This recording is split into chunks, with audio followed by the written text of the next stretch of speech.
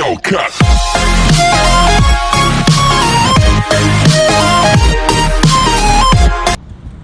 Sahabat Hasanul, Badan Penanggulangan Bencana Daerah (BPBD) mencatat 10.048 jiwa terdampak banjir di 7 kecamatan dalam Kabupaten Pidi, Aceh. Pemerintah menyalurkan bantuan masa panik kepada korban dan mendirikan dapur umum di lokasi banjir.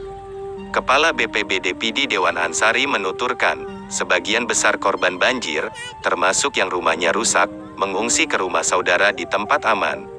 Selain itu, ada juga yang memilih bertahan di rumahnya karena air berangsur surut. Sehingga kami tak mendirikan tenda pengungsian. Kami hanya membangun dapur umum di Tibang, Kecamatan Pidi, kata Dewan kepada Aceh Kini, Selasa, 19/1 malam.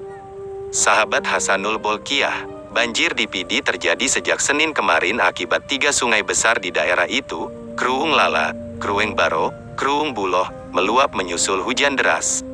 Air mengempoh ke permukiman warga. Hingga Selasa malam banjir menimpa 7 kecamatan, yaitu Delima, Indrajaya, Padang Tiji, Gelumpang Baro, Gronggong, Pidi, dan Mila. Tak cuma merendam permukiman, banjir juga merusak 19 rumah warga. Kami lagi memantau kondisi banjir di lapangan. Rumah rusak akibat terseret arus banjir, ujar Dewan. Dewan menuturkan 19 rumah yang rusak berat itu 14 diantaranya di Kecamatan Mila dan 5 unit di Kecamatan Pidi. Tak cuma rumah, di Kecamatan Pidi, banjir juga merusak tanggul sungai 50 meter, jalan lintas desa, serta jalan lintas kecamatan. Kebutuhan mendesak adalah logistik kepada korban banjir dan pembersihan daerah aliran sungai yang tersumbat, ujarnya.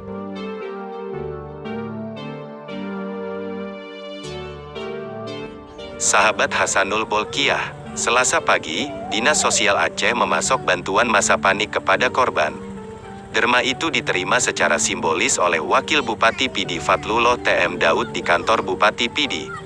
Bantuan ini akan kami serahkan segera dan hari ini harus sampai ke sasaran, ujarnya seusai menerima bantuan itu.